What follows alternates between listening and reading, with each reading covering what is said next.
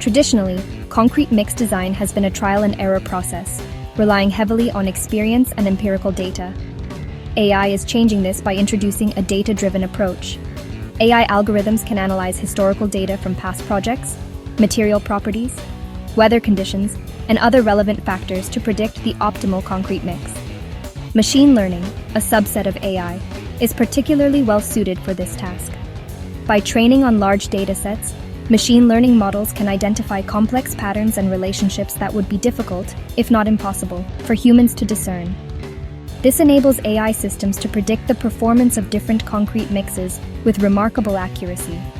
For example, AI can determine the exact proportions of cement, water, aggregates, and admixtures needed to achieve a specific strength, workability, or durability. This level of precision not only improves the quality of the concrete, but also reduces the risk of costly mistakes and material waste.